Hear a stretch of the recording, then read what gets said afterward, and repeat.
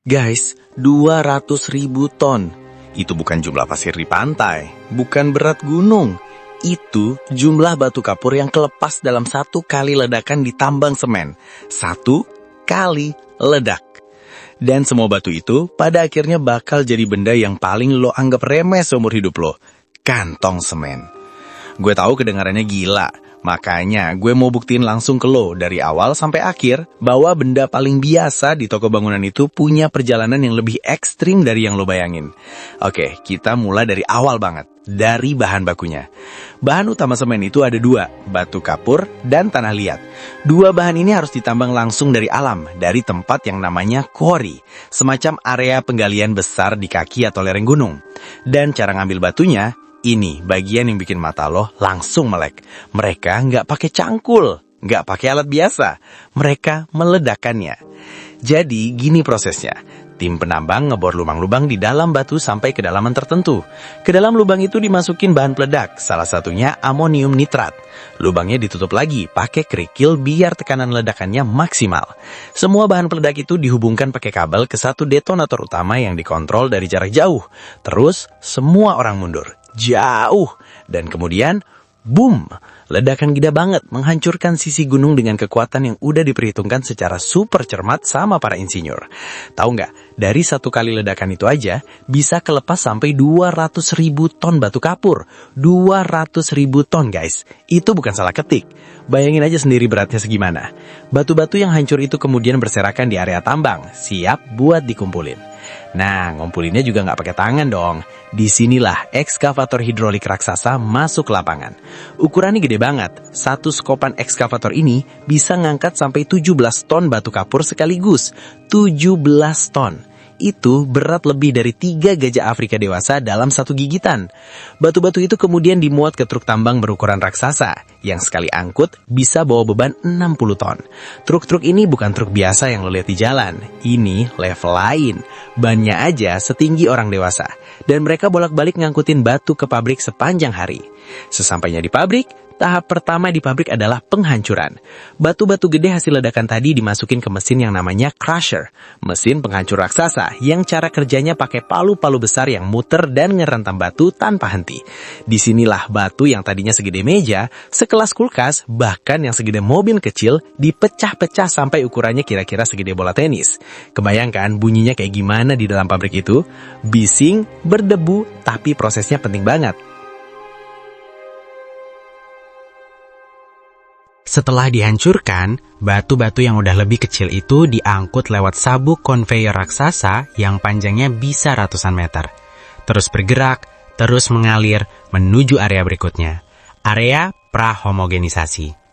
Nah, di sini agak teknis dikit, tapi gue jelasin dengan santai ya. Jadi, batu kapur yang datang dari tambang itu nggak selalu punya kandungan kimia yang sama persis. Beda batch, beda hasil ledakan, bisa beda-beda komposisinya. Nah, di area prahomogenisasi ini, bahan-bahan dari berbagai batch itu ditumpuk secara berlapis-lapis pakai sistem otomatis. Kayak bikin lasagna, tapi ini lasagna batu. Tujuannya buat nyampur dan nyimbangin kandungan kimianya supaya konsisten. Di sini juga dilakukan pencampuran ideal antara batu kapur, tanah liat, dan biji besi sesuai komposisi yang udah ditentukan. Kadar kalsiumnya berapa, silikanya berapa, aluminiumnya berapa, oksida besinya berapa. Semua dipantau ketat sama laboratorium pusat pabrik yang punya alat analisis modern. Gak ada yang main-main di tahap ini guys. Setelah komposisinya pas, campuran itu masuk ke mesin penggilingan. Di sini, bahan-bahan tadi digiling sampai halus banget. Teksturnya kayak pasir lembut, bahkan bisa lebih halus dari itu.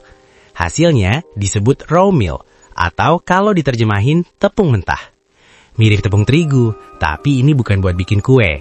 Tepung mentah ini disimpan dulu di dalam silo, tangki penyimpanan gede, sebelum diproses lebih lanjut. Oke, sekarang masuk ke bagian yang gue paling suka ceritain. Bagian panasnya. Tepung mentah yang udah punya komposisi kimia ideal, itu dialirin menuju menara siklon sama kalsiner. Ini dua unit yang kerjaannya manaskan bahan sebelum masuk ke proses utama. Di dalam menara siklon, tepung halus itu dipanasin sama aliran udara panas bertekanan tinggi yang datangnya dari tungku pembakar utama. Partikel-partikel tepung itu berputar di dalam menara kayak pusaran angin. Makanya namanya siklon. Dan panas terserap secara merata ke seluruh partikel. Begitu suhu udah nyentuh sekitar 850 derajat Celcius, tepung masuk ke tahap kalsinasi. Ini adalah proses kimia penting banget. Disinilah karbon dioksida alias CO2 dilepaskan dari batu kapur. Yang tersisa adalah kalsium oksida atau kapur aktif. Ini bukan cuma pemanasan biasa guys. Ini perubahan kimia yang beneran ngubah struktur bahan dan jadi fondasi dari semua yang terjadi berikutnya. Dari kalsinar, tepung yang udah berubah secara kimia itu masuk ke tungku paling ikonik dalam proses pembuatan semen, si rotary kiln alias tungku putar. Dan disinilah semuanya jadi ekstrim. Tungku ini bentuknya silinder panjang yang miring dan terus berputar pelan. Di dalamnya, suhu bisa mencapai 1450 derajat Celcius. Buat konteks, lava dari gunung berapi rata-rata suhunya antara 700 sampai 1200 derajat. Jadi, di dalam rotary kiln ini, bahannya dipanaskan melebihi panas lava. Pada suhu segitu, tepung yang masuk itu meleleh jadi cairan kental mirip magma. Dan dari proses inilah terbentuk sesuatu yang namanya klinker. Butiran-butiran keras berbentuk bola kecil, warnanya abu-abu kehijauan, dan ini adalah bahan dasar dari semen. Klinker ini ibaratnya adalah embrio dari semen yang nanti kamu pakai. Klinker yang keluar dari tungku itu suhunya masih sekitar 1000 derajat Celcius. Panas banget, dan dia harus segera didinginkan dengan cepat sampai ke sekitar 100 derajat. Ini bukan cuma soal biar gampang dipegang guys. Kecepatan pendinginan ini punya pengaruh langsung ke kualitas klinker. Terlalu lambat didinginkan, struktur kristalnya bisa berubah dan kualitas semennya turun. Jadi, ada mesin pendingin khusus yang kerja cepat dan efisien di tahap ini. Oke, klinkernya udah dingin. Sekarang waktunya jadi semen beneran. Klinker yang udah dingin itu masuk ke mesin yang namanya ball mill. Dan ini adalah salah satu bagian paling seru kalau kamu bayangin cara kerjanya.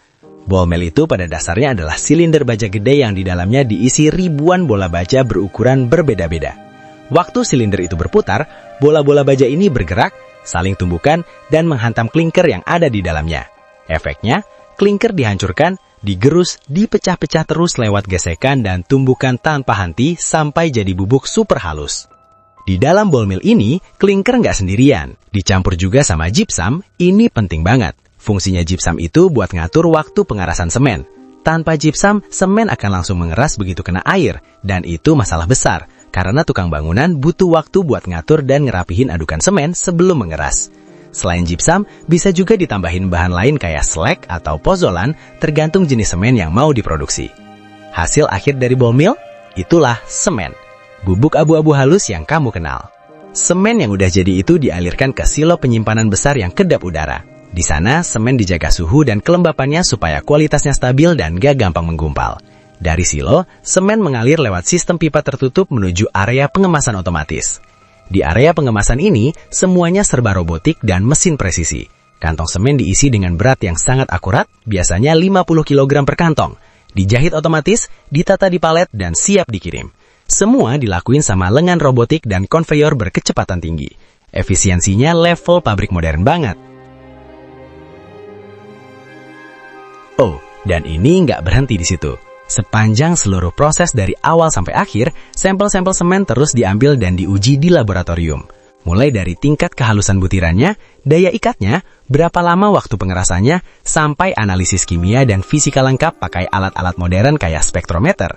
Karena semen itu produk yang kritis banget, dipakai buat pondasi, buat dinding, buat gedung, buat jembatan. Kalau kualitas yang nggak terjamin, bahayanya nyata. Semen juga bisa dijual dalam bentuk curah, alias tanpa dikemas. Langsung dikirim pakai truk tangki khusus ke proyek-proyek konstruksi besar yang butuh volume banyak. Dan itulah guys, perjalanan luar biasa dari sebutir batu kapur di lereng gunung, melewati ledakan, penghancuran, penggilingan, dipanaskan melebihi suhu lava, didinginkan, dihajar ribuan bola baja, sampai akhirnya jadi bubuk abu-abu di dalam kantong yang kamu angkat di toko bangunan. Bahan yang kelihatan biasa, tapi prosesnya nggak ada yang biasa-biasa aja.